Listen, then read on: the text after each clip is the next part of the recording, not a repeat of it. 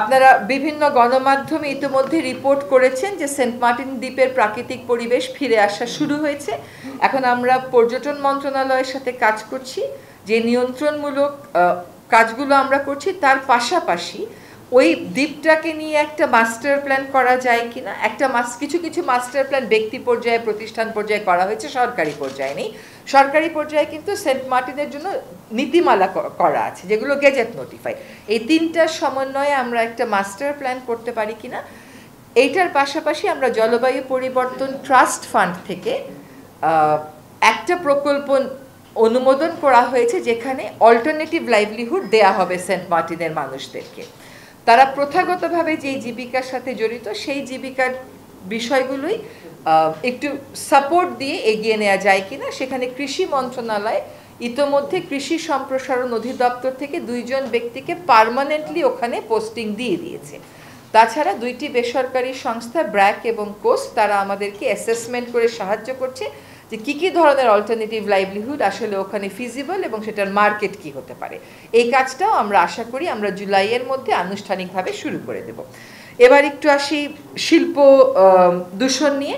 আপনাদের অনেকেরই একটা কনসার্ন আছে যে শিল্প দূষণে আসলে আমরা কাজ করছি কেমন। দেখেন, আমরা তুরাগ নদী যারা দূষণ করছে, বুড়িগঙ্গা দূষণ করছে, পুরনো শ্যামপুরের যে সমস্ত ডাইং এবং লবণদহ সুতাং যারা দূষণ করছে, সেই দূষণকারীর তালিকা চূড়ান্ত করে ফেলেছি। তাদের সাথে আমরা দফায় দফায় মিটিংয়ে বসছি। আমাদের মাত্র 6 জন ম্যাজিস্ট্রেট নিয়ে কাজ করতে হয়। এখন শীতকালে যদি আমরা ইটভাটায় কাজ করি তাহলে আর আমাদের অন্য কোনো দিকে যাওয়ার সুযোগ থাকে না।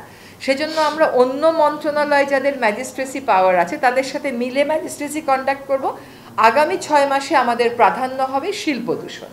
নভেম্বরের দিক থেকে আবার আমাদেরকে ইটভাটার দিকে ঝুঁকতে হবে এবং আমরা এই 6 জন ম্যাজিস্ট্রেটের সংকট মোকাবেলায় মন্ত্রণালয় থেকে প্রায় 20 জনের একটা তালিকা দিয়ে জনপ্রশাসন মন্ত্রণালয় থেকে ম্যাজিস্ট্রেসি পাওয়ার টানা 7মবারের মতো বেস্ট টিস্যু পেপার ব্র্যান্ড হিসেবে স্বীকৃতি পেয়েছে বসুন্ধরা টিস্যু নিয়ে এসেছি, যাতে করে আমাদের এই পুলটা একটু শক্তিশালী হয়। সো ইন্ডাস্ট্রিয়াল পলিউশন আমরা তুরাগ, বুড়িগঙ্গা, যেখানে শ্যামপুর ডাইং দূষণ করছে, শীতলক্ষা, বালু, মেঘনা, লবণদহ, সুতান, গাছাবিল, এইগুলোর ক্ষেত্রে প্রাধান্য দিয়ে করব। গোটা দেশ তো আমার এই জনবল নিয়ে করতে পারবো না, প্রাধান্য দিয়ে এইগুলো শিল্প দূষণের নিয়ন্ত্রণের আমরা চেষ্টা করব।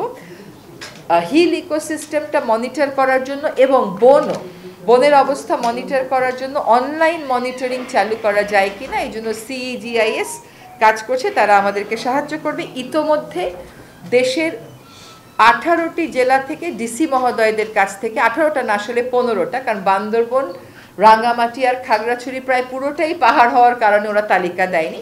বাকি সবার কাছ থেকে আমরা বাকি বেঁচে যাওয়া পাহাড়গুলোর একটা তালিকা প্রস্তুত করেছি এবং সেগুলোকে মনিটরিংয়ে রাখার জন্য ডিসিদেরকে স্থানীয় জনগোষ্ঠীকে সম্পৃক্ত করে কমিটি করার জন্য নির্দেশ দিয়েছি। চট্টগ্রাম অলরেডি সেই কমিটিটা করেছে।